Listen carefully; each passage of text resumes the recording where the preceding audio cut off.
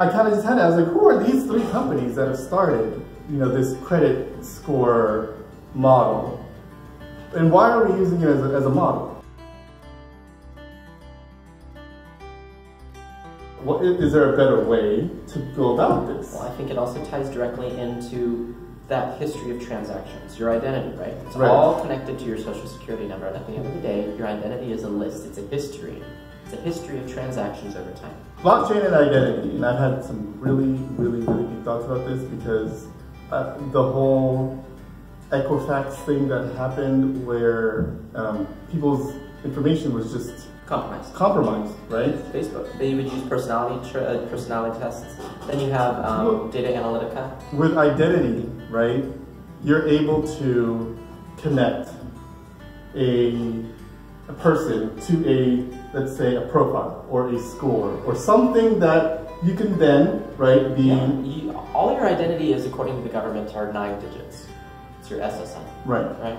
And at the end of the day, who you are doesn't matter. You could be a parent, you could be a child, you could be a cousin, an aunt, an uncle. You have a family, you have friends, you have a community, you have a life, you have a history. But at the end of the day, there are 9 digits that define who you are, and all it is a list of transactions, and you don't have control over it. But those transactions are important for businesses. They're crucial. Businesses, certificates, education, intelligence, voting, registration, anything, everything. So the idea of credit was, I will extend you a certain amount of money. A good or a service. A good or a service, right? And in the case that you don't pay me back, I'm going to list your name so that the public can see how much of a dirtbag you are. That's it. Yeah. That is it. Right? Yeah, essentially. Essentially, that is it. And before that, credit was used for people who had good standing credit, whether through family, position, or power. And that was the idea. We'll extend you credit because we know you, we have a relationship with you, we established this. And it's an at-will contract, right?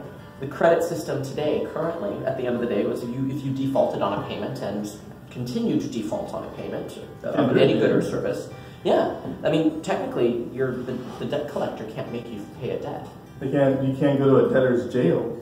No. They don't have those anymore, right? Yeah. So, unfortunately, you can't. So now they just write your name on a board and they say these are the dirtbags that are out there that live. And then each time they write your name on the board, people now check on the board, and the fact that they're looking on the board to begin with, even if you have good credit, it negatively impacts your purchasing power in the future. Right.